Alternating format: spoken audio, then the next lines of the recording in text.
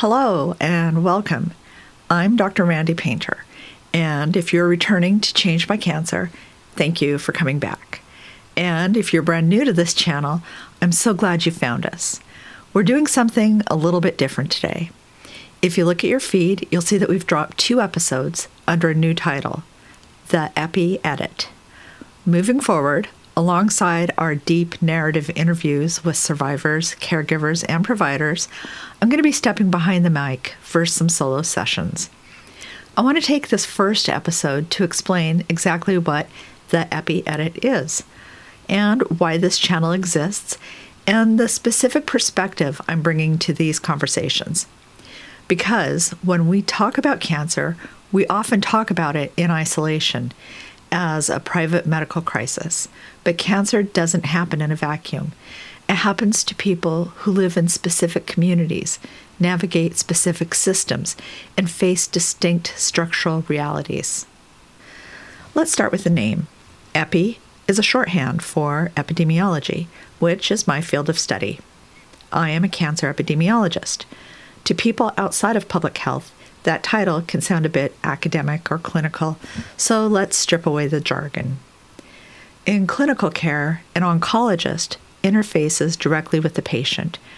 They diagnose the disease and manage their immediate treatment. A pathologist looks through the microscope at the individual cells to determine exactly what kind of cancer it is.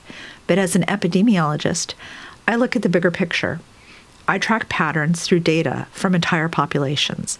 And those data are grounded firmly in real people, real families, and real-life outcomes across communities. We look at the who, where, and why of health and disease across studies and populations. And these can include hundreds or thousands or even millions of lives.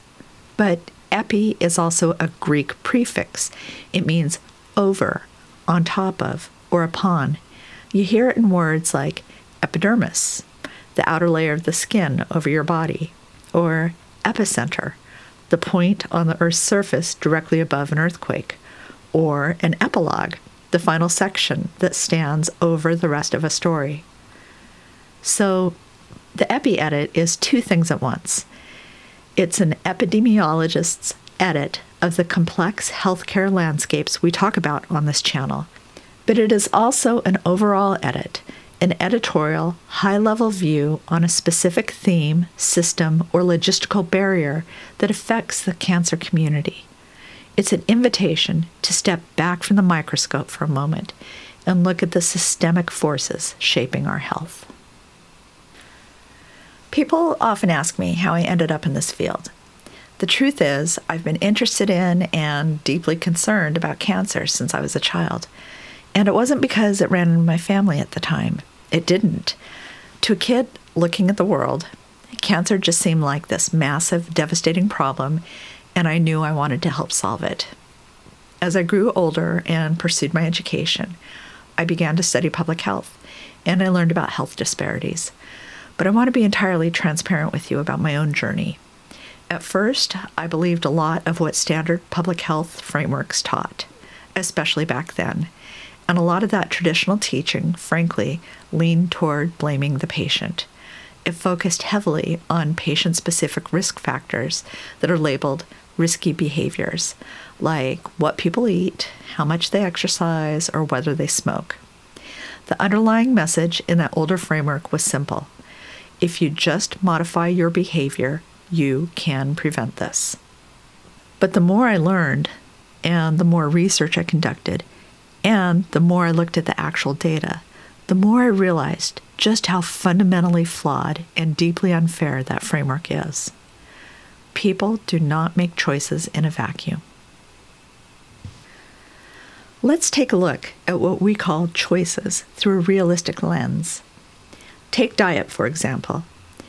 Everyone knows that it's important to eat fruits, vegetables, and a balanced diet. We are bombarded with that messaging constantly and have been for our entire lives.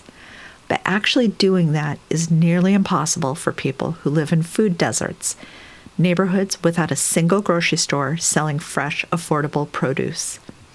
If you depend on SNAP benefits, your options are tightly constrained by what budget allows and what local corner stores actually stock. Choosing an organic salad isn't a matter of willpower if your reality only offers processed, shelf-stable goods. The same goes for exercise. We're told to get our movement in, to go for walks, to join a gym. But there are many folks who live in neighborhoods that don't have safe outdoor spaces, sidewalks, or parks. And they might not have reliable transportation to get to those spaces, let alone the extra money in the budget for gym memberships. If you look at rural communities, the challenges change but remain just as restrictive. Many rural folks don't have access to gyms or fitness centers at all, and depending on where they live, weather and seasonal limitations dictate how much they can safely be outside for a large portion of the year. Even when we look at the big risk factors like smoking or air quality, it is rarely a simple choice. Secondhand smoke in a household or a workplace isn't a personal preference.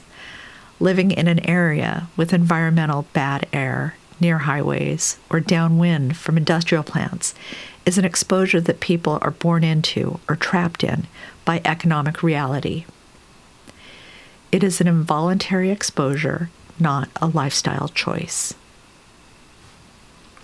When you look at the data, you see clearly that why people eat the things they do, why they have the sleep patterns they do, or why they move their bodies or don't, has everything to do with systems, environments, and structural barriers that cross generations. When I realized that my own family and health have been impacted by these very same systems, it was a profound turning point for me. We can absorb these challenges in isolation, feeling the weight of them individually, or we can use our collective experiences to drive real change. I chose to do something, and that is exactly what gave rise to Changed by Cancer. This podcast is designed to be a model of how that change can happen. And I fundamentally believe that we can make a measurable difference by working through 4 core pillars together. Learning. Together, we will actively learn by listening to each other's lived experiences, analyzing population data, and uncovering how different communities across the country actually navigate care. Communicating.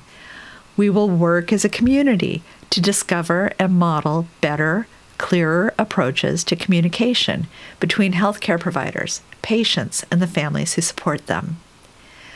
Empathy. We are going to engage with each other deeply to foster true empathy, consciously dismantling the judgment and patient blaming that so often surrounds complex diseases. Policy. Ultimately, we will put our heads together to discuss systemic barriers and advocate for the structural policy changes that support all, focusing on those who need it most. To get there, I'll continue focusing on lived experiences. We will hear from people who have had cancer, parents of children who've faced it, family members who've actively supported loved ones, and the dedicated healthcare providers who care for them. If you are listening to this and you have a story to tell, I need to hear from you. You can reach out to me directly by messaging the Changed by Cancer Facebook page or by using the contact form on the website. As we move forward, there are 2 quick guardrails I want to mention. First, on this channel, we will be focusing primarily on patients who sought out their health care through the traditional Western U.S. medical health care system. This isn't a knock against any other approaches to healing. It's simply the system that I know best, and crucially, it's the system where I can find and evaluate peer-reviewed research. There are plenty of wonderful channels covering other modalities, so I will leave those spaces to them.